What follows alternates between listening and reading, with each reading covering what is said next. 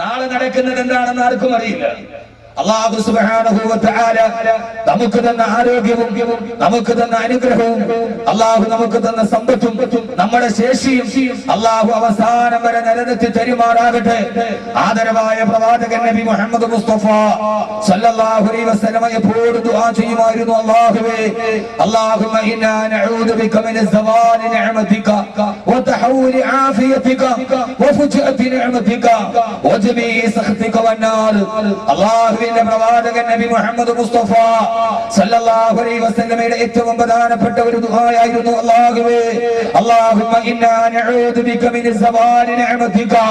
ഒരു അനുഗ്രഹം ജീവിതത്തിൽ നീ നൽകുകയും അല്ലാഹുവേ പാതി വഴിയിൽ നീ തിരിച്ചെടുക്കുകയും ചെയ്യുന്ന ഒരു അവസ്ഥ ഞങ്ങളിൽ ആർക്കും അല്ലാഹുവേ നൽകല്ലേ തമ്പുരാനെ. അല്ലാഹുവേ നീ തന്ന ആരോഗ്യം നാളെ ഒരു ദിവസം നഷ്ടപ്പെട്ടു പോയ പണച്ചെറുപ്പ് ആരോഗ്യം തന്നതുകൊണ്ട് ആ ബാക്കി 2 മണിക്കൂർ സംസാരിക്കുന്നുണ്ട്. പണച്ചെറുപ്പ് ആരോഗ്യം എടുക്കുന്നത് കൊണ്ട് കൂലിപ്പണിക്കാരൻ കൂലിപ്പണിക്ക് പോയി അവന്റെ ജീവിതം നിറവേറ്റുന്നത്. അല്ലാഹു എങ്ങാനും ആരോഗ്യം ഒന്ന് പിൻവലിച്ചു കഴിഞ്ഞാൽ അതുകൊണ്ട് പണച്ചെറുപ്പിനോട് കാര്യമായി ദുആ ചെയ്യണം. അല്ലാഹുവേ ഒന്ന് തന്ന അനുഗ്രഹം പിൻവലിക്കാതിരിക്കുക, 2 തന്ന ആരോഗ്യം ിലെത്താതിരിക്കുക, 3 പൊടുന്നനെയുള്ള മരണങ്ങൾ ജീവിതത്തിൽ സംഭവിക്കാതിരിക്കുക.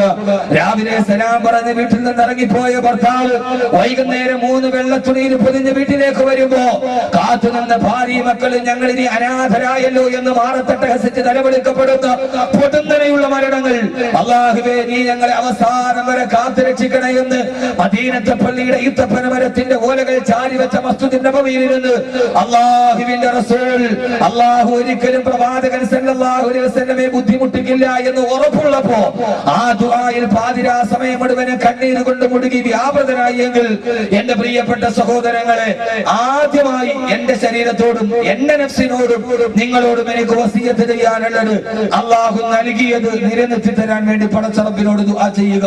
അല്ലാഹു ആ ദുആ ജീവിതത്തിൽ നിത്യമാക്കുക. അല്ലാഹുമ്മ ഇന്നാ നഊദു ബിക മിൻ സവാലി നിഅമതിക വ തഹവ്വുലി ആഫിയതിക വ ഫുജ്അതി നിഅമതിക വ ജമീഇ സഖതിക വന്നാർ. അല്ലാഹു നമുക്ക് നൽകിയ എല്ലാ അനുഗ്രഹവും അല്ലാഹു നിലനിർത്തി തരട്ടെ. സഹോദരങ്ങളെ, ഈ നാക്കൊരു അനുഗ്രഹമാണ്, ഈ കൈ ഒരു അനുഗ്രഹമാണ്, ഈ ആരോഗ്യം ഒരു അനുഗ്രഹമാണ്, കച്ചവടം ഒരു അനുഗ്രഹമാണ്, മക്കൾ ഒരു അനുഗ്രഹമാണ്. ജീവിതത്തിൽ അല്ലാഹു തന്നതെല്ലാം അനുഗ്രഹമാണ്. ഈ നാവിന് സംസാരിക്കാൻ ശേഷി തന്ന ഇതേ തമ്പുരാന് തന്നെ ഈ നാവിന്റെ ശേഷി ഇല്ലാതാക്കാനും പടച്ച തമ്പുരാൻ ഒരൊറ്റ നിമിഷം മാത്രം മതി. അങ്ങനെയൊക്കെ ലോകത്ത് സംഭവിച്ചിട്ടുണ്ട് എന്ന ബോധം നമ്മുടെ എല്ലാവരെയും മനസ്സിൽ അല്ലാഹു നൽകി അനുഗ്രഹിക്കുമാറാകട്ടെ. മനുഷ്യർ, പൊതുജനങ്ങൾ അതെന്ത് പറയുന്നു നമ്മൾ നോക്കേണ്ട കാര്യമില്ല. പടച്ചറബിന്റെ മുമ്പിൽ, അല്ലാഹുവിന്റെ മുമ്പിൽ, അല്ലാഹുവേ എനിക്ക് ആത്മാർത്ഥമായിട്ട് നിന്നോട് പറയാൻ കഴിയും. പടച്ചറബേ, നെറ്റി കൊണ്ടുപോയി നിന്റെ മുമ്പിൽ കുനിച്ചു വെച്ചിട്ട് അല്ലാഹുവേ എന്റെ കൽബ് തുറന്നു കാണിച്ച് എനിക്ക് പറയാൻ കഴിയും, അല്ലാഹുവേ നീ തന്ന അനുഗ്രഹത്തിൽ ഞാൻ ഇതേവരെ അഹങ്കരിച്ചിട്ടില്ല. അല്ലാഹുവേ നിന്നെ ഓർത്ത് അറിഞ്ഞാണ് ഞാൻ ജീവിച്ചത് എന്ന് പറയാൻ കഴിയുന്ന ഒരു മനസ്സ് അല്ലാഹു എനിക്കും നിങ്ങൾക്കും അല്ലാഹു നൽകി അനുഗ്രഹിക്കുമാറാകട്ടെ എന്ന ദുആയോടുകൂടി നന്ദിയുണ്ടെങ്കിലേ വർധനവുണ്ടാവൂ, കൃതജ്ഞതയുണ്ടെങ്കിലേ വർധനവുണ്ടാവൂ, കൃതജ്ഞതയുണ്ടെങ്കിലേ താഴ്ചയുണ്ടാവൂ. അല്ലാഹു നന്ദിയുള്ളവരിൽ നമ്മെ ഉൾപ്പെടുത്തി അനുഗ്രഹിക്കുമാറാകട്ടെ. ആമീൻ പറയും മനുഷ്യന്മാരെ. അല്ലാഹു നമ്മുടെ നന്ദിയുള്ള ദാസന്മാരിൽ അല്ലാഹു നാം ഏവരെയും ഉൾപ്പെടുത്തി അനുഗ്രഹിക്കുമാറാകട്ടെ എന്ന ദുആയോടുകൂടി ഖുർആൻ സ്തുതിച്ച അടിമ, ആ വിഷയം നമുക്ക് ചർച്ച ചെയ്യാം. ഞാൻ പറഞ്ഞതുപോലെ 20, 21 തീയതികളിൽ ആലുവയിൽ വാർഷിക പ്രഭാഷണമുണ്ട്. ഈസാ നബിയുടെ 2ാം വരവും ഇമാം മഹ്ദി. ആദ്യം തന്നെ ഞാൻ പറയുക, ഇൻഷാ അല്ലാഹ് എന്റെ ഖുർആൻ വാർഷിക പ്രഭാഷണത്തിന് ആ സദസ്സിൽ ഒരു 5 പൈസയുടെ പിരിവുണ്ടാവില്ല. ഇപ്പൊ തന്നെ പറഞ്ഞേക്കും, ബക്കറ്റ് വരുണ്ടാവും. അല്ലാതെ അവിടെ വെച്ച് 10,000 അല്ലാതെ കൈമുക്കിക്കൊള്ളൊന്നുമില്ല. നിങ്ങൾ എന്തുകൊണ്ട് വന്ന സദസ്സിന് കൊടുക്കുന്നു അല്ലാതെ വേറൊരു പിരിവ് ആ സദസ്സിൽ വെച്ചിട്ടുണ്ടാവും. ഇൻഷാ അല്ലാഹ് ആ വിഷയം ഈസാ നബിയുടെ 2ാം വരവ്, ഇമാം മഹ്ദി, ഈ 2 ദിവസവും 2 വിഷയം പരമാവധി ഇൻഷാ അല്ലാഹ് പറഞ്ഞു തീർക്കാനുള്ള പുറപ്പാടിലാണ്. അതിനുവേണ്ടി അശ്രാന്ത പരിശ്രമം നടത്തുന്നതിന്റെ പ്രവർത്തകർ അല്ലാഹു വർഗമായ പ്രതിഫലം നൽകി അനുഗ്രഹിക്കട്ടെ. ഞാൻ എന്റെ വിഷയത്തിലോട്ട് കടക്കുന്നു. ഖുർആൻ സ്തുതിച്ച അടിമ. അടിമകൾ 2 വിഭാഗമാണ്. ഒന്ന് അല്ലാഹുവിന്റെ അടിമ, മറ്റൊന്ന് മനുഷ്യന്റെ അടിമ. ലോകത്തെ അടിമകൾ 2 വിഭാഗം മാത്രമേ ഉള്ളൂ, വേറെ ഒന്നുമില്ല. ഒന്ന് അല്ലാഹുവിന്റെ അടിമ, രണ്ട് മനുഷ്യന്റെ അടിമ. ഈ രണ്ട് അടിമകൾ തമ്മിലുള്ള ഏറ്റവും പ്രധാനപ്പെട്ട വ്യത്യാസം, മനുഷ്യന്റെ അടിമയായി മാറിയാൽ ആ അടിമയെ കൊണ്ട് ഉടമയ്ക്കാണ് ലാഭമുണ്ടാവുന്നത്. പക്ഷേ അള്ളാഹുവിന്റെ അടിമയായി മാറിയാൽ ഉടമയെ കൊണ്ട് അടിമയ്ക്കാണ് നേട്ടമുണ്ടാവുന്നത്. വളരെ വ്യത്യാസത്തോടെ നമ്മൾ മനസ്സിലാക്കുക, നന്നായിട്ട് മനസ്സിലാക്കണം. ഒന്ന്, അടിമകൾ രണ്ട് വിഭാഗം. ഒന്ന് അള്ളാഹുവിന്റെ അടിമ, മറ്റൊന്ന് മനുഷ്യന്റെ അടിമ. നമ്മൾ വേറൊരു മനുഷ്യന്റെ അടിമയായാൽ, ഒരു രാഷ്ട്രീയ നേതാവിന്റെ അടിമയായാൽ, ഒരു നേതൃത്വത്തിന്റെ അടിമയായാൽ, ആ നേതൃത്വത്തിന് അടിമയെ കൊണ്ട് ഗുണമുണ്ടാകുമെന്നല്ലാതെ അവരെ കൊണ്ട് അടിമകൾക്ക് ഗുണമുണ്ടാകൽ വളരെയേറെ കുറവാണ്. നമ്മൾ കാണുന്നത് അങ്ങനെയാണ്. പക്ഷേ അള്ളാഹുവിന്റെ അടിമയായാൽ നേട്ടമാർക്ക് അടിമയ്ക്ക്, ഉടമയ്ക്കല്ല. നമ്മൾ അടിമയായി എന്നതുകൊണ്ട് ഉടമയ്ക്ക് യാതൊരുവിധ നേട്ടവുമില്ല. നമ്മുടെ അടുക്കൽ നിന്ന് അള്ളാഹു ആകുന്ന ഉടമയ്ക്കൊന്നും നേട്ടേണ്ടതില്ല.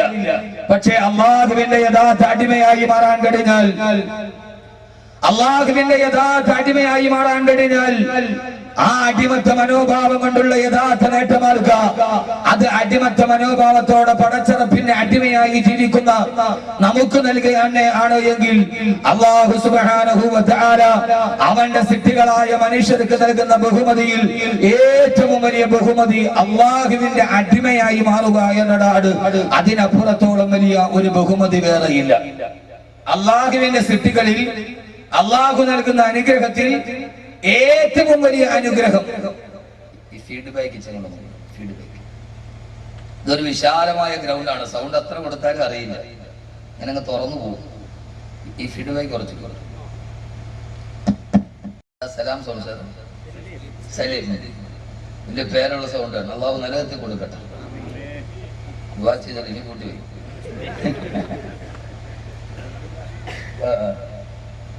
അല്ലാഹു സുബ്ഹാനഹു വ തആല, അല്ലാഹു സുബ്ഹാനഹു വ തആല അവന്റെ പടപ്പുകൾക്ക് നൽകുന്ന ബഹുമതിയിൽ ഏറ്റവും പ്രധാനപ്പെട്ട ബഹുമതി, ഏറ്റവും വലിയ ബഹുമതി അള്ളാഹുവിന്റെ അടിമ, അബ്ദ് എന്ന് പറയുന്ന ബഹുമതിയാണ്.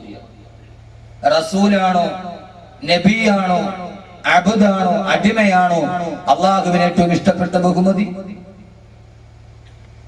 ഏറ്റവും ഇഷ്ടപ്പെട്ട ബഹുമതി ഒരു മനുഷ്യൻ അല്ലാഹു നൽകുന്ന പ്രധാനപ്പെട്ട ബഹുമതി റസൂലാവുക, നബിയാവുക, അടിമയാവുക. ഇതിൽ ഏറ്റവും വലിയ ഏറ്റവും പ്രധാനപ്പെട്ട അനുഗ്രഹം ഏതാണ്? അതറിയണമെങ്കിൽ നമ്മൾ ചോദിക്കേണ്ടത് ആദരവായ പ്രവാചകൻ നബി മുഹമ്മദ് മുസ്തഫ, ആദരവായ പ്രവാചകൻ നബി മുഹമ്മദ് മുസ്തഫ അള്ളാഹുവിന്റെ റസൂലിന്റെ അടുക്കലേക്ക് വന്ന് നബി അലൈഹി സ്വലാത്തു വസ്സലാം അള്ളാഹുവിന്റെ റസൂലിനോട് ചോദിച്ചു, അല്ലാഹുവിന്റെ തിരുദൂതരേ, യാ റസൂലല്ലാഹ്, അല്ലാഹു സുബ്ഹാനഹു വ തആല നിങ്ങൾക്ക് അനുവാദം നൽകിയിരിക്കുകയാ. അല്ലാഹുവിന്റെ റസൂലാകണോ, അല്ലാഹുവിന്റെ നബിയാകണോ, അതല്ല അല്ലാഹുവിന്റെ അബ്ദാകണോ, പ്രവാചകനാകണോ, നബിയാകണോ, അല്ലാഹുവിന്റെ അടിമയാകണോ? ഏത് ബഹുമതിയാണ് നബി അങ്ങേക്ക് വേണ്ടത്?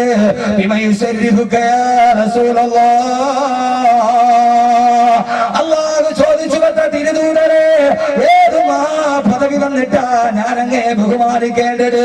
അഖില ലോക ബ്രഹ്മാണ്ഡ കടാകത്തെ സൃഷ്ടിക്കാൻ കാരണഭൂതരായ ഈ ലോകത്തിന്റെ സന്മാർഗത്തിന്റെ വെളിച്ചമായ അല്ലാഹുവിന്റെ റസൂലിനോടാണ് ചോദ്യം വരുന്നത്. നബിയെ, ഏത് ബഹുമതിയാണ് വേണ്ടത്? അല്ലാഹുവിന്റെ തിരുദൂതരെ, റസൂൽ എന്ന ബഹുമതി വേണോ? അതല്ല നബി എന്ന ബഹുമതി വേണോ? അതല്ല ഒരു അബ്ദ്, ഒരു അടിമ എന്ന ബഹുമതി വേണോ? ആ സമയത്ത് അല്ലാഹുവിന്റെ റസൂൽ തിരഞ്ഞെടുത്തതല്ല. അല്ലാഹുവേ, അല്ലാഹുവേ, അല്ലാഹുവേ, പിന്നിസുബതീരയിക, അല്ലാഹുവിന്റെ റസൂൽ പറഞ്ഞു വെച്ചേ, അല്ലാഹുവേ, റസൂൽ എന്ന ബഹുമതിയല്ല, നബി എന്ന അടയാളമല്ല. അല്ലാഹുവേ, നിന്നിലേക്ക് ചേർത്തിട്ട് നിന്റെ അടിമ എന്ന് പറയാ. അല്ലാഹുവേ, നിന്റെ വലിയ അടിമയായി അറിയപ്പെടാ, നിന്റെ കൽപ്പനകൾ അനുസരിക്കുന്ന, നിന്റെ നിരോധനങ്ങളിൽ നിന്ന് മാറി നിൽക്കുന്ന, അല്ലാഹുവേ, നിന്റെ തൃപ്തിക്ക് വേണ്ടി സദാസമയവും ജീവിക്കുന്ന നിന്റെ ഒരു അടിമയായി മാറാൻ ഏറ്റവും വലിയ ബഹുമതിയായിട്ട് അല്ലാഹുവിന്റെ റസൂൽ തിരഞ്ഞെടുത്തതേടാ. അതുകൊണ്ടല്ലേ അല്ലാഹുവിന്റെ റസൂലിന്റെ ഏറ്റവും വലിയ അനുഗ്രഹം ചരിത്രം പറയുമ്പോ, മിഅ്റാജിന്റെ യാത്രയുടെ കഥ പറയുമ്പോ അല്ലാഹു പറയുന്നത് എന്തെന്നറിയുമോ? സുബ്ഹാനല്ലദീ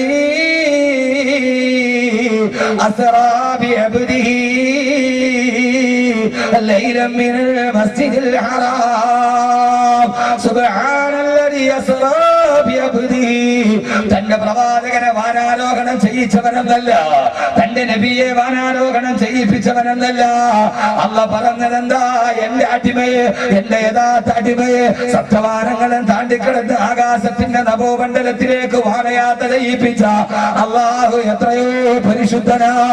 അല്ലാഹുവിന്റെ അടിമ എന്ന പദമാണ് ഏറ്റവും വലിയ പദവി എന്ന് പരിചയപ്പെടുത്തിയത് കൊണ്ട് നൂഹ് നബി അലൈഹിസ്സലാത്തു വസ്സലാമിനെ ഖുർആൻ പരിചയപ്പെടുത്തുമ്പോ അല്ലാഹു നൂഹ് നബിയെ കുറിച്ച് പറഞ്ഞിട്ടുണ്ട്, ഇന്നഹു കാന അബ്ദൻ ശകൂറാ, ഇന്നഹു കാന അബ്ദൻ ശകൂറാ. നൂഹ് നബി വല്ലാതെ നന്ദിയുള്ള എന്റെ അടിമയാ, എന്റെ അടിമയാ, എന്റെ അടിമയാ, എന്റെ അടിമയാ. തൊട്ടിലിന്റെ ഉള്ളില് പ്രസവിച്ചു വീടുമ്പോ ആദ്യമായി ലോകത്തിന്റെ പുറംതരിയുടെ മുകളിലോട്ട് കടന്നു വരുമ്പോ നാവ് കൊണ്ട് തുറന്നിട്ട് ആദ്യത്തെ വാക്യം പറയുമ്പോ ആദ്യത്തെ ഭാഷാ പദാവലി പറഞ്ഞ റൂഹുല്ലാഹി ഈസാ നബി അലൈഹിസ്സലാത്തു വസ്സലാം ആദ്യമായിട്ട് തന്നെ കുറിച്ച് പരിചയപ്പെടുത്തിയതെന്താ? ഖാല ഇന്നി അബ്ദുല്ലാഹ് അതാനിയൽ കിതാബ വജഅലനീ നബിയാ. ആദ്യമായിട്ട് തൊട്ടിലോട്ട് പറന്നു വീടുന്നതിന് മുമ്പേ, ചോരയുടെ മണം മാറുന്നതിന് മുമ്പേ ആദ്യമായി സംസാരിച്ച ഈസാ നബി പറഞ്ഞിടണ്ട, ഞാൻ ദൈവത്തിന്റെ പുത്രനല്ല, ഞാൻ യേശുവിന്റെ സഹോദരനല്ല, ഞാൻ മറ്റൊരാളുടെ പാപം പേറാൻ വന്നവനല്ല. ഖാല ഇന്നി അബ്ദുല്ലാഹ്, ഞാൻ അല്ലാഹുവിന്റെ ഒരടിമയാണ്, ഞാനൊരടിമയാണ്. എല്ലാവരെയും പോലെ ഞാനും ഒരടിമത്ത മനോഭാവമുള്ളവനാണെന്ന് എന്റെ പ്രിയപ്പെട്ട സഹോദരങ്ങള്, അല്ലാഹു നൽകുന്ന നമ്മുടെ പദവിയിൽ സമ്പത്ത് നൽകട്ടെ, ആരോഗ്യം നൽകട്ടെ, സൗന്ദര്യം നൽകട്ടെ, ഏത് കിട്ടിയാലും ഈ ദുനിയാവിന് കിട്ടുന്ന ഏറ്റവും വലിയ ബഹുമതിയേടാ. അതുകൊണ്ടല്ലേ ബഹുമാനപ്പെട്ട പ്രവാചകന്മാര് ദുആ ചെയ്തപ്പോ അല്ലാഹുവേ അധികാരം വേണമെന്നല്ല, സമ്പത്ത് വേണമെന്നല്ല, സൗന്ദര്യം വേണമെന്നല്ല, അല്ലാഹുവേ വഅദ്ഖിൽനീ ബിറഹ്മതിക ഫീ ഇബാദിക സാലിഹീൻ. അല്ലാഹുവേ, അല്ലാഹുവേ, അല്ലാഹുവേ അപാരമായ നിന്റെ കാരുണ്യത്തിന്റെ ഉള്ളിൽ എന്നെ ഉൾപ്പെടുത്തിയിട്ട് ഫീ ഇബാദിക സാലിഹീൻ, നിന്റെ ഒരു സാലിഹായ അടിമയായി, നിന്റെ ഒരു യഥാർത്ഥ അടിമയായി, നിന്റെ മുമ്പിൽ തലകുനിക്കുന്ന അടിമയായി, നിന്നോട് യാചിക്കുന്ന, നിന്റെ മുമ്പിൽ കണ്ണുനീരിട്ട് വീഴുന്ന, നിന്റെ മുമ്പിൽ സമസ്തവും സമർപ്പിക്കുന്ന ഒരടിമയെന്ന പദവി ലഭിച്ചാൽ, ഒരടിമയെന്ന പദവി ലഭിച്ചാൽ, ഒരടിമയെന്ന പദവി ലഭിച്ചാൽ, അതുകൊണ്ടല്ലേ ഖാദിയാദ് റളിയല്ലാഹു തആല പാടിപ്പോയത് അല്ലാഹുവേ വമിമ്മാ സാദനി ശറഫൻ വതീഹാ വസിതു ബിഖമസയ്യത തുറയ്യാ ദഖൂലി തഹത قولك يا عبادي وانا سيرت احمد لي نبيا. അല്ലാഹുവേ ആകാശമണ്ഡലത്തിൽ തത്തിക്കളിക്കുന്ന പുഞ്ചിരി പൊടിക്കുന്ന കാർത്തിക നക്ഷത്രത്തെ എന്റെ കൈവെള്ളയിൽ എടുത്തു തരാമെന്ന് ഒരാൾ എന്നോട് പറഞ്ഞ, ആകാശത്തിന് മിന്നിത്തിളങ്ങുന്ന തുറയ്യാ നക്ഷത്രം എന്റെ കൈവെള്ളയിൽ കിട്ടുന്നതിനേക്കാൾ അല്ലാഹുവേ എനിക്ക് ഇഷ്ടമേടെന്നറിയോ? അദ്ഖൂലി തഹത ഖൗലിക യാ ഇബാദി, യാ ഇബാദി, എന്റെ അടിമകളെ, എന്റെ അടിമകളെ, എന്റെ അടിമകളെ എന്ന് പടച്ചറപ്പേ നീ വിളിക്കുമ്പോ നിന്റെ ഒരടിമയായിട്ട് നിന്റെ വിളിക്കുള്ളിൽ ചേരാൻ നാളെ മഹിശറയിലെത്തുമ്പോ യാ ഇബാദി, എന്റെ അടിമകളെ എന്ന് വിളിക്കുമ്പോ ഓ സമയത്ത് അല്ലാഹുവേ മഹിശറയിൽ നിന്റെ ആലസ്യന്റെ തണല് കിട്ടുന്ന അടിമയാകാതെ അല്ലാഹുവേ എന്റെ പ്രിയപ്പെട്ട അടിമകളെ സ്വർഗത്തിലേക്ക് പൊക്കോ എന്ന് പറയുമ്പോ ആ സമയത്ത് നിന്റെ അടിമകളുടെ കൂട്ടത്തിൽ സ്വർഗത്തിലേക്ക് പോകാൻ എനിക്ക് കഴിഞ്ഞ, അതാണ് എന്റെ ജീവിതത്തിന്റെ ഏറ്റവും വലിയ അനുഗ്രഹം എന്ന് പറഞ്ഞു ബഹുമാനപ്പെട്ട ഖാദി ഇയാദ് റളിയല്ലാഹു അൻഹു. ഒരു മനുഷ്യൻ, ഞാൻ നിങ്ങളും ജീവിതത്തിൽ ആഗ്രഹിക്കേണ്ട ഒരു പദവിയാണ് അള്ളാഹുവിന്റെ അടിമയായി മാറുക.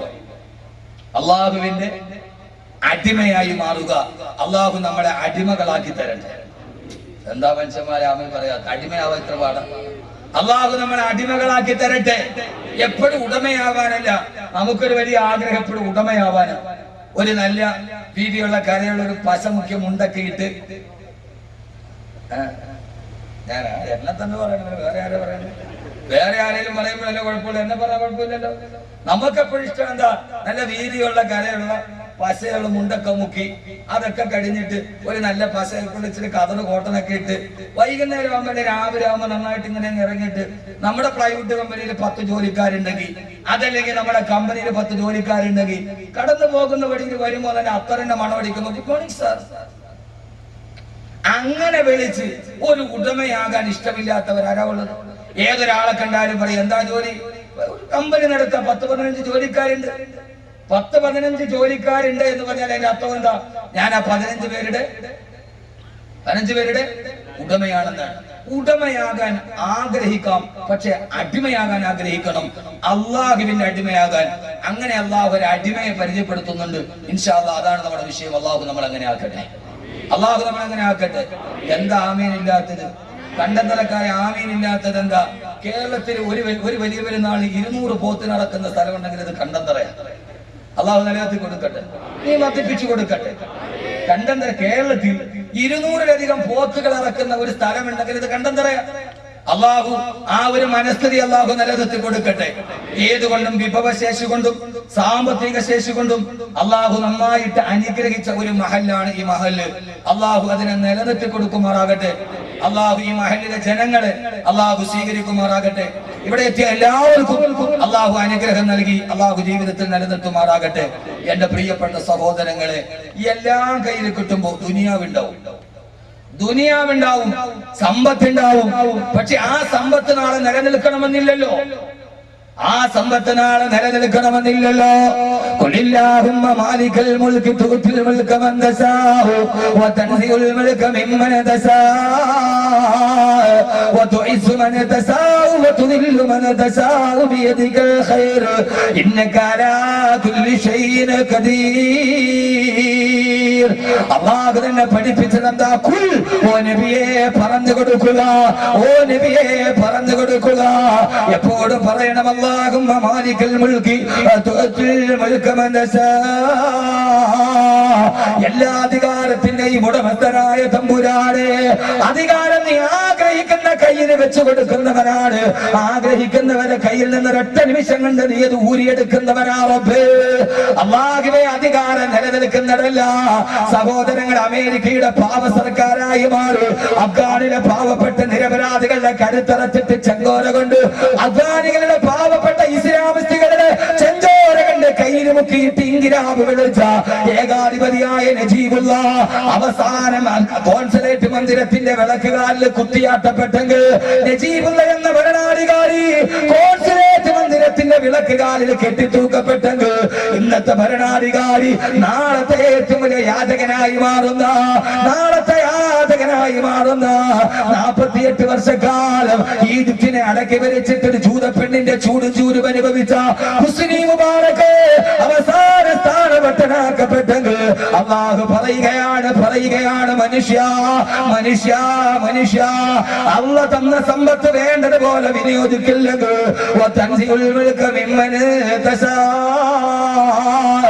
അത് ആഗ്രഹിക്കുന്ന സമയം നിന്റെ കയ്യിൽ നിന്ന് ഊരിയെടുത്തിട്ട് അത് വേറെടുത്തിന്റെ കയ്യിൽ കൊടുക്കാൻ ഖജനാവിന്റെ ഉടമസ്ഥനായ റബ്ബിന് യാതൊരുവിധ പ്രയാസമില്ലെന്ന് അല്ലാഹുവിന്റെ വിശുദ്ധ ഖുർആൻ. കണ്ടെന്നിരിക്കും ജനത്തിനെ കണ്ടില്ലെന്ന് നടിക്കുന്നിടുമ്പവാൻ, 2-4 ദിനം കൊണ്ടൊരുവനെ തണ്ടിലേറ്റ് നടത്തുന്നതുമ്പവാൻ, മാളിക മുകളേറിയ മണ്ണന്റെ തോളിൽ മാറാപ്പ് കേറ്റുന്നതുമ്പവാൻ. അള്ളാഹു എന്ന സമ്പത്ത് നിലനിൽക്കില്ല. ഇന്നൊരാളുടെ കയ്യിൽ നാളെ ഇന്നത്തെ മുതലാളി, നാളത്തെ തൊഴിലാളി. ഇത് ഭൂമിയുടെ നിയമമാണ്. അള്ളാഹു ആരുടെ കയ്യിലും അത് കൃത്യമായി നിയന്ത്രിതമായിട്ടല്ലാതെ അള്ളാഹു കൊടുത്തിട്ടില്ല. വതൻസിഉൽ മുൽക മിമ്മൻ തശാ വതുഇസ്സു മൻ തശാ വതുദില്ലു മൻ തശാ.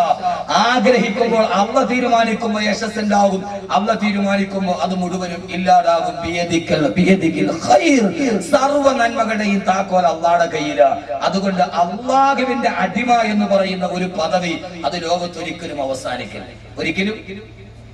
ഒരിക്കലും അവസാനിക്കില്ല. അതുകൊണ്ടല്ലേ ജിബ്രീൽ അലൈഹിസ്സലാത്തു വസ്സലാമിന്റെ ചാരത്ത് അല്ലാഹുവിന്റെ റസൂൽ ഇരിക്കുമ്പോ ആ സമയത്താണ് അല്ലാഹുവിന്റെ കൽപ്പന ഉണ്ടാകുന്നത്. നബിയേ, അല്ലാഹുവിന്റെ തിരുദൂതരെ, അല്ലാഹുവിന്റെ തിരുദൂതരെ, അല്ലാഹുവിന്റെ തിരുദൂതരെ, യാ റസൂലല്ലാഹ്, അങ്ങേക്ക് എങ്ങനെ അറിയപ്പെടാനാണ് താല്പര്യം? മലിക്കൻ റസൂല, രാജാവായ റസൂലാകണോ? അതല്ല അബ്ദൻ നബിയ,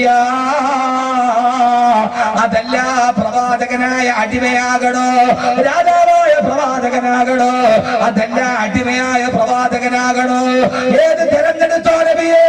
ആ സമയത്ത് അല്ലാഹുവിന്റെ റസൂല് ജിബ്രീൽ അലൈഹിസ്സലാത്തു വസ്സലാമിനെ നേരെ നോക്കി ജിബ്രീൽ ആംഗ്യം കാണിച്ചു. നബിയെ, തവാദുവിനെ തെരഞ്ഞെടുത്ത നബിയെ, വിനയത്തെ തെരഞ്ഞെടുത്ത നബിയെ. അല്ലാഹുവിന്റെ റസൂല് പറഞ്ഞു, അല്ലാഹുവേ, അല്ലാഹുവേ, അല്ലാഹുവേ, മബ്ദനെ നബിയാ, വിനീതനായ ഒരു പാവപ്പെട്ട ദാസനായി അറിയപ്പെടാനാണ് എനിക്ക് ആഗ്രഹമെന്ന് പറഞ്ഞു. എന്നിട്ട് വെറുതെ ഇരുന്നു. പാതിരാവിന്റെ നിശബ്ദതയിൽ സ്വന്തം ഭാര്യയുടെ ചൂടും ചൂരും അനുഭവിച്ചുകൊണ്ട് കിടന്നുറങ്ങുമ്പോ, ഭാര്യ ഉറങ്ങിക്കഴിയുമ്പോ ആ കിടപ്പുറയിൽ നിന്ന് പള്ളിക്കുള്ളിലേക്ക് വന്നിട്ട് കാലിന് നീര് വെക്കുന്നത് വരെ നിസ്കരിക്കുമ്പോ കിന്നയായ ഭാര്യ തന്റെ പ്രിയപ്പെട്ട ഭർത്താവ് പടച്ചറപ്പിന്റെ മുമ്പിൽ തലകുരിച്ചിട്ട് വിഷമിക്കുന്നത് കാണുമ്പോ, എന്തേ ഭർത്താവേ, എന്തേ തിരുദൂതരെ, അല്ലാഹു സർവ്വപാപങ്ങളും പുറത്തു തന്നതല്ലേ, പിന്നെന്തേ ഇങ്ങനെ നിസ്കരിക്കുന്നുണ്ടെന്ന് ചോദിക്കുമ്പോ അല്ലാഹുവിന്റെ റസൂലിന്റെ മറുപടി എന്താ? അഫലാ അകൂനു അബ്ദൻ ശകൂറാ, ഞാനൊരു നന്ദിയുള്ള ദാസനായി തീരണ്ടേ ആയിഷ? ഏത് സമയത്താണ് ഈ സംഭവം നടക്കുന്നത്? ചിന്തിക്കും മനുഷ്യന്മാരെ, നന്നായിട്ടൊന്ന് ചിന്തിക്ക്. ഏത് സമയത്താ? അല്ലാഹുവിന്റെ റസൂല് ഭാര്യയോട് വിട പറഞ്ഞ് കിടപ്പറയിൽ നിന്ന് എഴുന്നേറ്റ് പള്ളിക്കുള്ളിൽ വന്നിട്ട് കാലിൽ നീര് വെക്കുന്നത് വരെ നിസ്കരിച്ചതപ്പെടാ. ഹിജ്റ പോയപ്പോഴല്ല, മക്കമ്പത്തകിന്റെ കാലഘട്ടത്തിലല്ല, മക്ക തന്റെ കാൽച്ചുവട്ടിൽ വന്നതല്ല. എപ്പോഴെന്നറിയോ?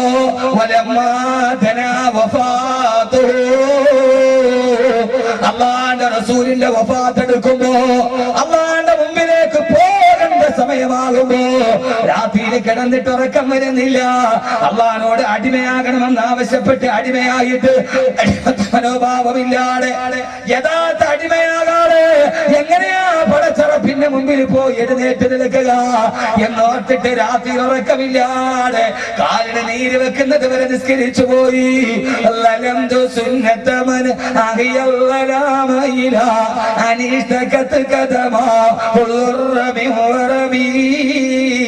മൗലായ സല്ലി വസൽ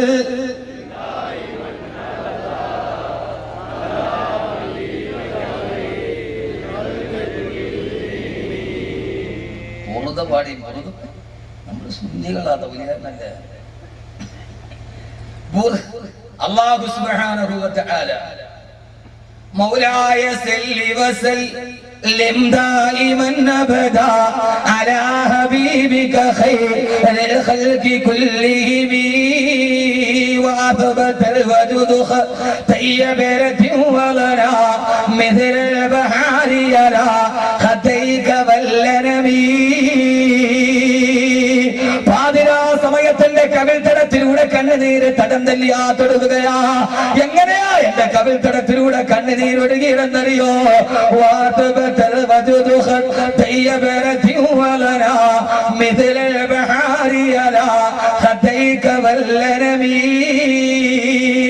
കടലിലെ തിരമാല പോലെ എന്റെ കവിളിലൂടെ കണ്ണുനീര് തടം തല്ലിയാ തൊടുക. എപ്പോഴെന്നറിയോ? സിറാത്തിന് ഓർമ്മ വന്നപ്പോ കിതാബിന് ഓർമ്മ വന്നപ്പോ, പടച്ചറപ്പിന്റെ മുമ്പിൽ നിൽക്കുന്ന ഓർമ്മ വന്നപ്പോ, കബറിൽ കിടക്കേണ്ട അവസ്ഥ ഓർമ്മ വന്നപ്പോ, നാളത്തെ ജീവിതത്തിന്റെ ആകസ്മികത ഓർമ്മ വന്നപ്പോ എനിക്ക് സഹിക്കാൻ കഴിഞ്ഞില്ല. സമയത്ത് എഴുന്നേറ്റ് നിന്നിട്ട് എന്റെ കവിൽ തടത്തിലൂടെ കണ്ണുനീരിന്റെ ചാലിട്ടൊരുകി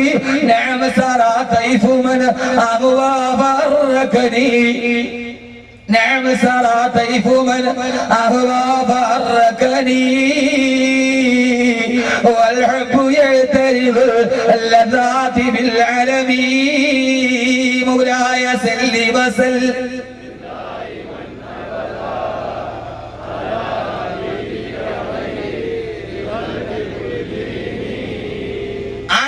കണ്ണുനീരൊടുക്കി അള്ളാന്റെ റസൂല് കാല് നീര് വെക്കുന്നത് വരെ റസൂലുള്ളാഹി നിന്ന് നിസ്കരിച്ചു. നമ്മൾ പറയാറുണ്ട് എപ്പോഴാ ആ സന്ദർഭം ഏതാ? അള്ളാന്റെ റസൂൽ ഇവിടെ പറയാൻ സമയമായി. അള്ളാഹുവേ നീ എന്നോട് അടിമയാകണമെന്ന് ചോദിച്ചപ്പോ അടിമയാകണമെന്ന് പറഞ്ഞവനാണ് ഞാൻ. അള്ളാഹുവേ എനിക്ക് നാളെ ഒരു അടിമയായി, അടിമകൾക്കാണ് നാളെ ഉടമയുടെ സമ്മാനം കിട്ടുക. അള്ളാഹു സമ്മാനം വാങ്ങിക്കുന്ന യഥാർത്ഥ അടിമകളിൽ അള്ളാഹു നമ്മൾ ഉൾപ്പെടുത്തി അനുഗ്രഹിക്കട്ടെ. അങ്ങനെ രണ്ട് അടിമകളുടെ കഥ അള്ളാഹു ഖുർആനിൽ പറയുന്നുണ്ട്. ഖുർആൻ സ്തുതിച്ച അടിമ എന്ത് അടിമയാകണം? അള്ളാഹു സുബ്ഹാനഹു വ തആല മൂന്ന് അടിമകളെ അള്ളാഹുവിന്റെ ഖുർആൻ പറയുന്നുണ്ട്. ഒന്ന്, അങ്ങനെ ഒരു അടിമയെ നമ്മൾ പരിചയപ്പെടുകയാണ്. അള്ളാഹു അങ്ങനെ ആക്കി തരട്ടെ. ഞാനൊരു അടിമ എന്ന് പരിചയപ്പെടും. ഖുർആൻ പറഞ്ഞ അടിമയാണ്. ഒരു ആയത്തിറങ്ങിയത് ആ അടിമയെ കുറിച്ച് പറയാനാണ്. സൂറത്തുൻ നഹൽ. അല്ലാഹു സുബ്ഹാനഹു വ തആല അങ്ങനെ ആക്കി തരട്ടെ. ضرب الله مثلا عبدا مملوكا لا يقدر على شيء وهو كل على مولاه أينما يوجهه لا يأتي بخير ومن يأمر بالعدل وهو على صراط مستقيم. അല്ലാഹു പറയുകയാണ് ഒരടിമയെ അല്ലാഹു നിങ്ങളുടെ മുമ്പിൽ പരിചയപ്പെടുത്തി തരികയാ. പടച്ചറപ്പിന്റെ ഖുർആനാണ്, സൂറത്തുൻ നഹ്ലാണ്. അല്ലാഹു പറയുന്നത് നമ്മളെ കുറിച്ചാണ്. ചെറുപ്പക്കാരാ,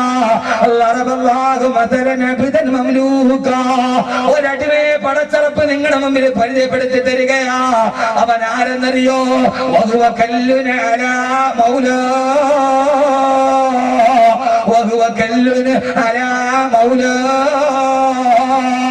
അവനവന്റെ ഉടമയ്ക്ക് ഭാരമായി മാറി. ഉടമയ്ക്ക് ഭാരമായ അടിമ. എന്റെ ശബ്ദം കേൾക്കാൻ ഇവിടെ തടിച്ചുകൂടിയ എന്റെ പ്രിയപ്പെട്ട ചെറുപ്പക്കാരി, അല്ലാഹു പറയുകയാണ് അവൻ ഈ ഭൂമിയിൽ ജീവിച്ച എന്റെ അടിമയാണ്. പക്ഷേ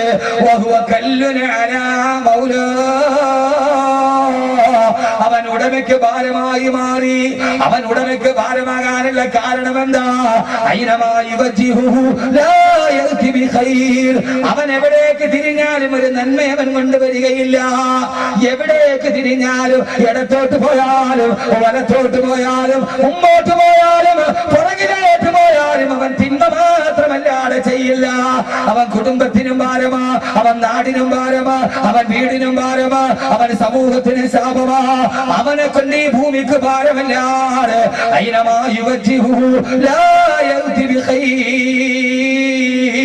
എന്റെ പ്രിയപ്പെട്ട സഹോദരങ്ങളെ, ആവർത്തിച്ച് ഞാൻ ഓർമ്മിപ്പിക്കുകയാണ്. അങ്ങനെ ഒരു അടിമയാകല്ലേ, ഉടമയ്ക്ക് ഭാരമായ അടിമയാകല്ലേ. ഏത് അടിമയാണ് ഉടമയ്ക്ക് ഭാരമായി മാറുക?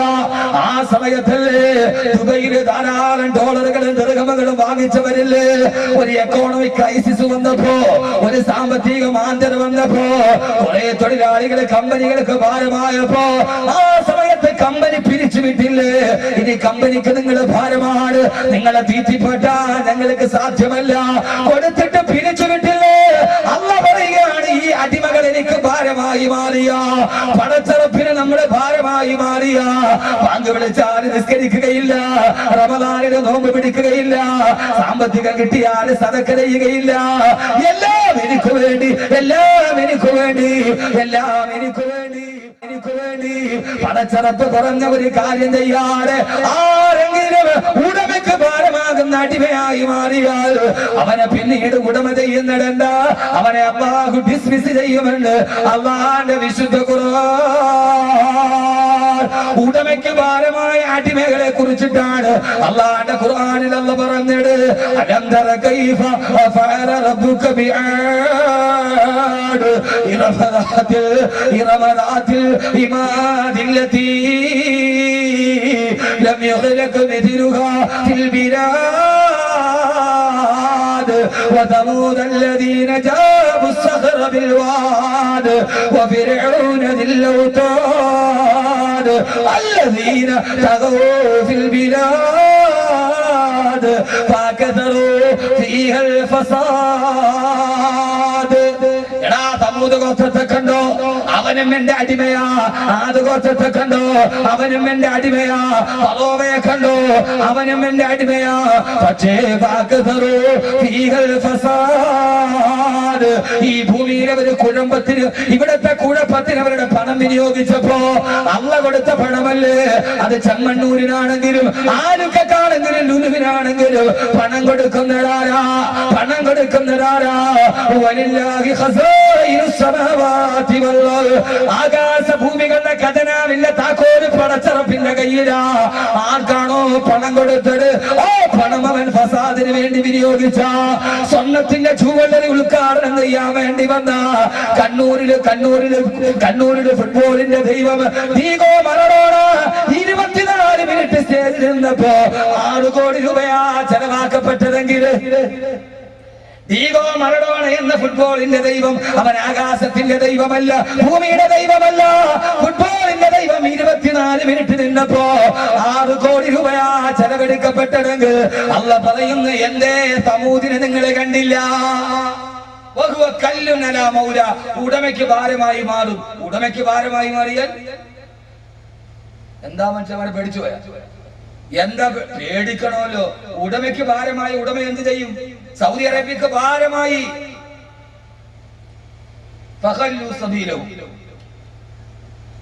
അവരാരായി? ഒരു നിമിഷം കൊണ്ട് സഹോദരങ്ങളൊന്ന് ആലോചിക്കുക, എന്താ പണം? ഒരു നിമിഷം കൊണ്ട് പണിതിരിക്കുന്ന വീടിന്റെ പണി നിന്നില്ല. ഒരു നിമിഷം കൊണ്ട് നിത്താഖത്ത് എന്ന് പറയുന്ന 4 അക്ഷരം സാമ്പത്തിക വ്യവസ്ഥയുടെ മേൽ മറ്റൊരു തിരിച്ചടിയായില്ലേ? എന്താ ഇവിടെ ഉള്ളത്? കെട്ടിപ്പൊക്കിയ കോട്ടകൾ എവിടെ? പണിത് വെച്ച സ്വപ്നങ്ങൾ എവിടെ? എല്ലാം തകർന്ന തരിപ്പണമായി. അവസാനം പിന്നീട് വീടുകളിൽ കൂട്ട നിലവിളിയായി. എനിക്ക് തോന്നുന്നു ഏറ്റവും കൂടുതൽ പെണ്ണുങ്ങൾ വാതിന് വരുന്നത് ഇപ്പോഴാ. 3 മാസം പെണ്ണുങ്ങൾ വാതിന് വന്നായിട്ട് വരും. കാരണം മാപ്പിളമാട് മുഴുവനും ഗൾഫിലാ, സൗദിയിലാ. മുഴുവൻ വരുന്ന പേപ്പർ ഉസ്താദെ ദുആ ചെയ്യണം. എന്തിന് 3 മാസത്തേക്ക് അബ്ദുള്ള രാജാവ് അല്പം മാപ്പ് പ്രഖ്യാപിച്ചിട്ടുണ്ട്. ഇപ്പൊ സ്ത്രീകൾ കൂടുതലാ. കാരണം ഇനി വാതിന്റെ സദസ്സിലെ ദുആ കൊണ്ടല്ലാതെ ചെയ്തെന്ന് നന്നായിട്ടറിയാം. നിസീര് പോയി, അപ്പോളയിൽ പോയി. ഇനി മുയിലിയാരുടെ ഊത്തല്ലാതെ പറ്റൂലെന്ന് എന്ത് ചെയ്യാം? അപ്പൊ പിന്നെ പള്ളിക്കാട്ടിൽ വന്നേ പറ്റൂ. കാരണം മിക്ക ഖത്തീബന്മാരുടെ റൂം ഖബർസ്ഥാന് നേരെ എതിരെയാണ്. എന്റെ പ്രിയപ്പെട്ട സഹോദരങ്ങളെ, അള്ളാഹു മനസ്സിലാക്കാനുള്ള ബോധം നൽകട്ടെ. അള്ളാഹു ചോദിക്കുന്നു, സമൂദിനെ നിങ്ങൾക്കറിയില്ലേ? ആരാ സമൂദ് ഗോത്രം? ഇനി 2 അടിമകളെ കൂടെ അള്ള പറയുന്നുണ്ട്. വിഷയം അവസാനിപ്പിച്ചിട്ട് ഞാൻ പോകും. അവസാനിപ്പിച്ചിട്ട് ഇതൊരായത്ത്. ഉടമയ്ക്ക് ഭാരമായി. ആ ഉടമയ്ക്ക് ഭാരമായ അടിമകളാണ് ആദ്, സമൂദ്, ഇറം, ഫിർഔൻ, ഹാമാൻ, കാറൂൻ, അബൂജഹൽ, ഉത്ബത്ത്, ഷൈബത്ത്.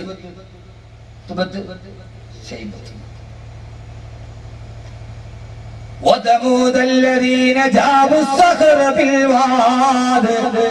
സമൂദിനെ നിനക്കറിയില്ലേ? അവര് പാറക്കെട്ടുകൾ കൈവിരലുകൾ കൊണ്ടാണ് തുരന്നിട്ട് വീടുണ്ടാക്കിയത്. എത്രയോ നാൾ കൊണ്ട് നമ്മൾ കേൾക്കണ ചരിത്രമാ. സമൂദ് ഗോത്രമാരാ.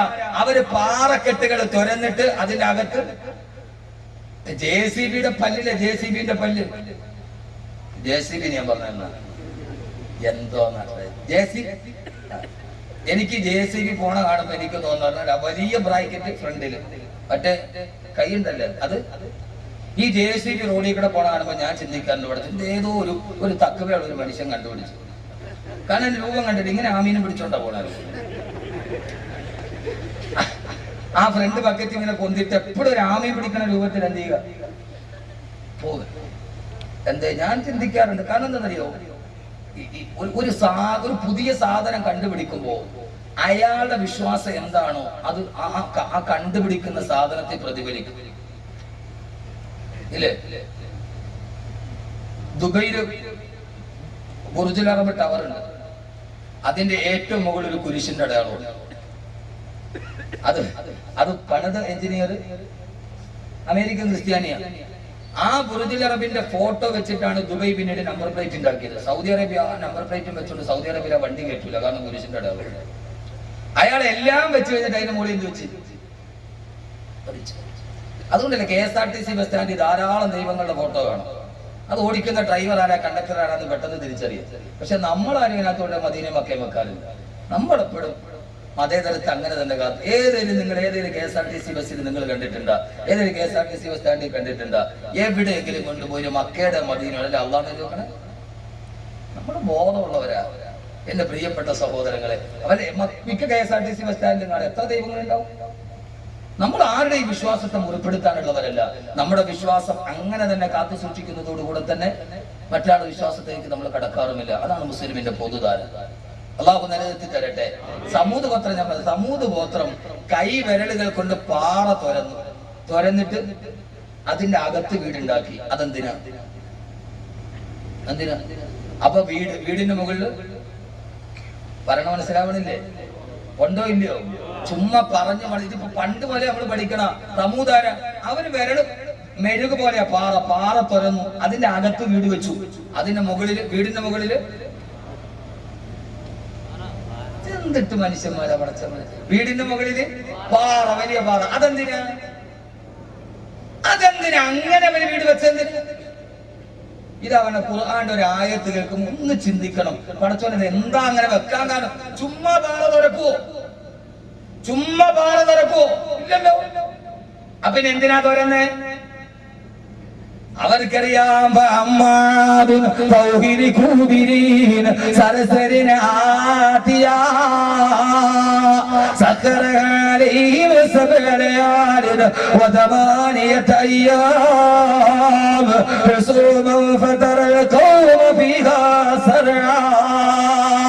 അവരുടെ മുൻഗാമികളായ സമൂഹം ആദുഗോത്രമാ. സമൂഹത്തിന് മുമ്പ് വന്ന ഗോത്രമല്ലേ ആദുഗോത്രം. ആദുഗോത്രത്തിനോട് ഹൂദ് നബി അലൈഹിസ്സലാത്തു വസ്സലാം പറഞ്ഞു, ആദേ, ഉടമയ്ക്ക് ഭാരമാകരുത്, അല്ലാഹുവിന്റെ കൽപ്പനകളെ തിരസ്കരിക്കരുത്, താന്തോന്നികളായിട്ട് നിങ്ങൾ ജീവിക്കരുത്. ആ സമയത്ത് ആദുഗോത്രം അതിനെ തള്ളിക്കളഞ്ഞപ്പോ അല്ലാഹു ആദുഗോത്രത്തെ നശിപ്പിച്ചത് എങ്ങനെയാ? സഖറഹാലൈഹിം സബഅലയാലിന വതമാനിയത അയ്യാം. 7 രാത്രിയും 8 പകല് നീണ്ടു നിന്ന പേമാരി തിമിർത്ത് പെയ്തു. ആകാശത്തൊരു മഴ പെയ്തപ്പോ 7 രാത്രിയും 8 പകല് നീണ്ടു നിന്ന മഴ പെയ്തപ്പോ ആ മഴയിൽ വീടുകൾ തകർന്നടിഞ്ഞിട്ട് ആദുഗോത്രക്കാര് നശിച്ചു പോയില്ലയോ? ചത്തുമരച്ചു പോയില്ലയോ? അവർക്ക് ശേഷമാണ് സമൂത് വരിക. തങ്ങളുടെ പിതാമഹന്മാരും മഴ പെയ്തപ്പോ അല്ലാഹു മഴ പെയ്യിപ്പിച്ചപ്പോ അവരുടെ വീടുകൾ തകർന്ന് മരിച്ചെന്നറിഞ്ഞപ്പോ സാലിഹ് നബി സമൂദിനോട് പറഞ്ഞ, സമൂട്, അല്ലാഹുവിനെ തിരസ്കരിക്കരുത്, പടച്ചറപ്പിനെ വലിച്ചെറിയരുത്. അല്ലാഹു നിങ്ങളെ ആദിനെ നശിപ്പിച്ചതുപോലെ നശിപ്പിക്കുമെന്ന് പറഞ്ഞപ്പോ, എടാ സാലിഹേ, നിന്റെ അള്ള ഞങ്ങളെ നശിപ്പിക്കില്ലടാ. പാറ തുറന്നിട്ട് അതിന്റെ ഉള്ളിൽ വീട് വെച്ചിട്ട് ആദിനെ നശിപ്പിച്ചതുപോലെ മഴ പെയ്താ, ആദിനെ നശിപ്പിച്ചതുപോലെ മഴ പെയ്താ ഞങ്ങളുടെ വീടുകളിൽ തകരില്ല സാലിഹേ. പാറയുടെ ഉള്ളിലാണ് ഞങ്ങൾ വീട് വെച്ചിരിക്കുന്നത് എന്ന് പറഞ്ഞിട്ട് പടച്ചറപ്പിനെതിരെ തിരിഞ്ഞ സമൂട്. എന്തേ ചെറുപ്പക്കാരാ ചിന്തിക്കുന്നില്ല? നമ്മുടെ കുറെ മാനദണ്ഡങ്ങളൊക്കെയുണ്ട്. ജപ്പാനിന് സുനാമി ആഞ്ഞടിച്ചപ്പോ ഇപ്പം വെക്കുന്ന വീടുകൾ ഭൂകമ്പത്തെ തടയാൻ കഴിയുന്ന വീടുകളാണത്രേ. ഏത് ഭൂകമ്പമാ? ഭൂകമ്പത്തെ തടയുന്ന വീടുകൾക്ക് ബോംബെ മുനിസിപ്പാലിറ്റി അതോറിറ്റി ഇപ്പോൾ അനുവാദം കൊടുക്കുകയുള്ളൂ. അള്ള പിടിച്ചിട്ട് ഭൂമി കുലുക്കിയാൽ തകരാൻ പാടില്ല. സമൂത് ചെയ്ത അതേ മനോഭാവമല്ലയോ സമൂത് വീണ്ടും പുനരാവിഷ്കരിക്കുകയല്ലയോ? ഖുർആൻ പറഞ്ഞ കഥാപാത്രം അവസാനിക്കുകയല്ലല്ലോ. ആ സാലിഹ് നബിയോട് പറഞ്ഞ സാലിഹേ, അള്ളാന്റെ ശിക്ഷ വരാൻ പോവുകയാ. വീടിന്റെ ഉള്ളിൽ വാതിലടച്ചിരുന്നിട്ട് പാറക്കെട്ടിന്റെ ഉള്ളിൽ കയറിയിട്ട് പറഞ്ഞ സാലിഹേ,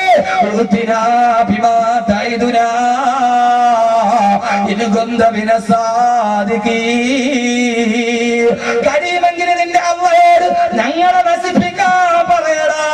സഹോദരങ്ങളെ സഹോദരങ്ങളെ സഹോദരങ്ങളെ, തേമാരി പെയ്തില്ല, കാർമേഘം വന്നില്ല, ആകാശം പിളർന്നില്ല, ഭൂമി കുലുങ്ങിയില്ല. ആകാശത്തിൽ ഇടിനാദം മുടങ്ങി. വീടിന്റെ ഉള്ളിൽ പാറക്കെട്ടിന്റെ ഉള്ളിലെ വീടുകള് അള്ളാനെ ഭയക്കാതിരുന്ന സമൂത് ഗോത്രം അവര് ഹാർട്ട് അറ്റാക്ക് വന്നിട്ട് പിടഞ്ഞു വീണുപോയി. ആകാശത്തെ ഇടിനാദത്തിന്റെ ശബ്ദം സഹിക്കാൻ കഴിയാതെ 120 ഹെർട്സിന് മുകളിലോട്ടുള്ള ആവൃത്തിയുള്ള ശബ്ദ തരംഗം അതൊരു മനുഷ്യനെ സഹിക്കാൻ പറ്റില്ല. ആകാശത്തിന് വെള്ളിടി മുടങ്ങിയപ്പോ കൊന്നത്തടിയുടെ വലിപ്പമുള്ള സമൂത് ഗോത്രം ഹാർട്ട് അറ്റാക്ക് വന്ന് ഇരുന്ന സ്ഥലത്തിരുന്നിട്ട് ചത്തുപോയെന്ന് അള്ളാന്റെ വിശുദ്ധ ഖുർആൻ. മോനെ മരിക്കില്ലെന്ന് പറഞ്ഞ ഫറോവയും മരിച്ചില്ലേ, പോട്ട് മരിച്ചില്ലേ? ബോംബെയിലെ പാവപ്പെട്ട നിരപരാധികളുടെ റൂഹിനെ പിടിച്ചെടുക്കാൻ പറഞ്ഞ ബാൾട്ടാക്കറിയുടെ റൂഹ് പിടിക്കാനും അസ്രായീൽ വന്നില്ലയോ? ഇവന്റെ റൂഹ് പിടിക്കാൻ ചൂണ്ടിക്കാണിച്ചവന്റെ റൂഹ് പിടിക്കാൻ അള്ള വന്നപ്പോ അവൻ അല്ലാഹുവിന് ഉടമയ്ക്ക് വേണ്ടാത്തവനായി മാറി.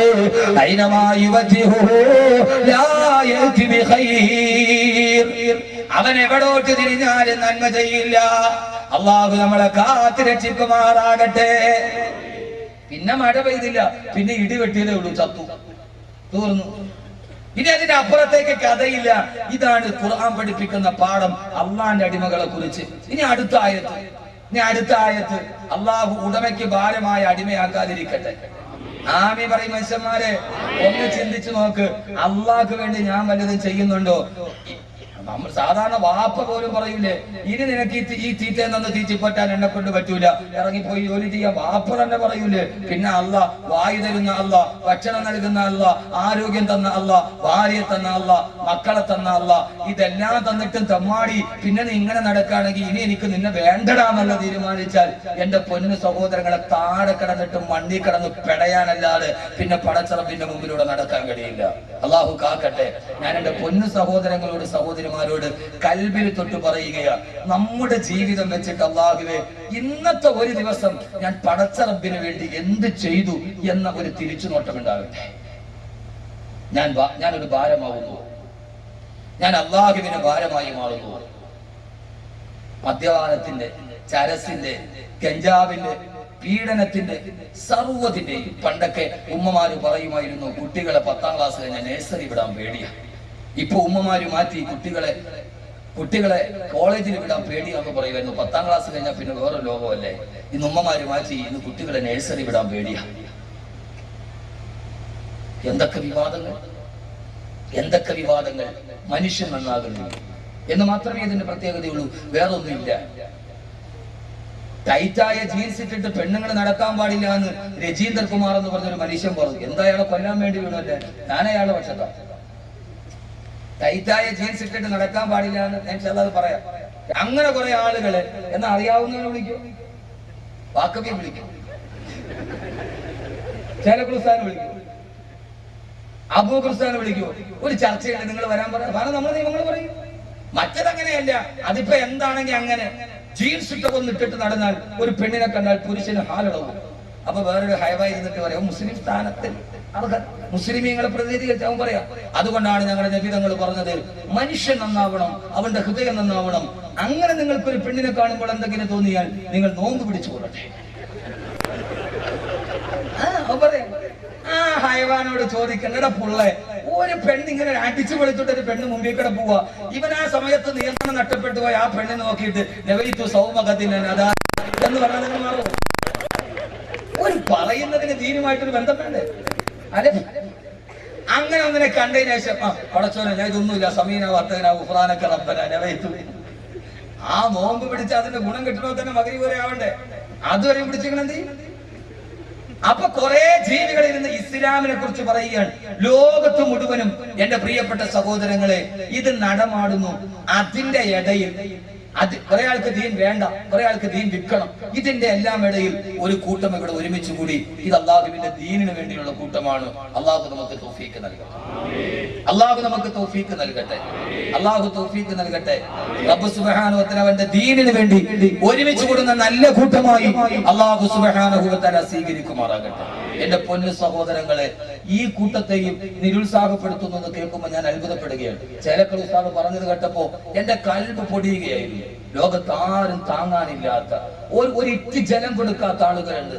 എന്റെ പൊന്നു സഹോദരങ്ങളെ, ഈ ആലിമീങ്ങളും മുത്തഅല്ലിമീങ്ങളും വസ്ത്രം വെള്ളയാണെങ്കിലും വെള്ള വസ്ത്രത്തിന്റെ അടിയിൽ നിങ്ങൾ ആരും അറിയാത്ത ഒത്തിരി ദുഃഖങ്ങളുണ്ട്. ആ ദുഃഖങ്ങൾ ഒരു പള്ളിയിൽ 1500 രൂപയ്ക്ക് ബാങ്ക് വിളിക്കുന്ന മുഅദ്ദിന്റെ പോലും വസ്ത്രം ആ നാട്ടിൽ ഏറ്റവും നല്ലവന്റെ വസ്ത്രമായി. കാരണം വെള്ള വസ്ത്രം ധരിക്കാൻ അവർ പഠിച്ചവര്. പക്ഷേ അവരുടെ ഉള്ളിലെ ദുഃഖം തിരിച്ചറിയാൻ ഇന്നേ വരെ ഈ സമൂഹത്തിന് കഴിഞ്ഞിട്ടില്ല. വിമർശിക്കാനല്ലാതെ. ചില ഉസ്താദ് പറഞ്ഞു ഈ പരിപാടി ഇവിടെ വെക്കുമ്പോ ഇതിനും ആളുകൾ നിരുത്സാഹപ്പെടുത്തി എന്ന് പറയുമ്പോ ഞാൻ ആശ്വസിക്കുകയാണ് പടച്ചവൻ. അപ്പൊ ഞാനൊക്കെ എത്രയോ ഭാഗ്യവാന്മാരാണ്. എന്നെ കാര്യം എന്തെങ്കിലും പറഞ്ഞാലും നമ്മളൊന്ന് ഈ പാവങ്ങളെ കുറിച്ച് പറയുമ്പോ അള്ളാഹു നമുക്ക് നല്ല ബോധം നൽകട്ടെ. അള്ളാഹു നല്ല ബോധം നൽകട്ടെ. ഒരു നല്ല അടിമയാവാൻ തയ്യാറുണ്ട്? ഉണ്ട്.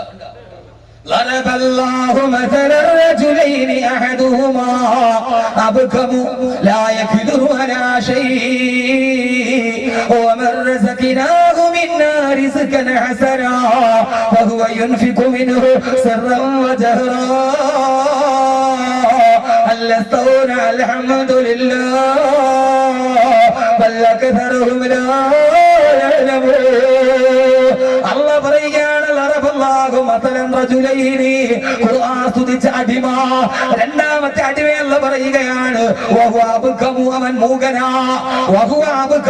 മൂകനാണ്. അവന് കണ്ണ് കാണില്ല, അവന് ചെവി കേൾക്കില്ല. ഏതൊക്കെ കേട്ടാലും അവന്റെ ഹൃദയം ഇളകുകയില്ല, അവന്റെ കണ്ണ് തുറക്കുകയില്ല. അല്ല പറയുകയാണ്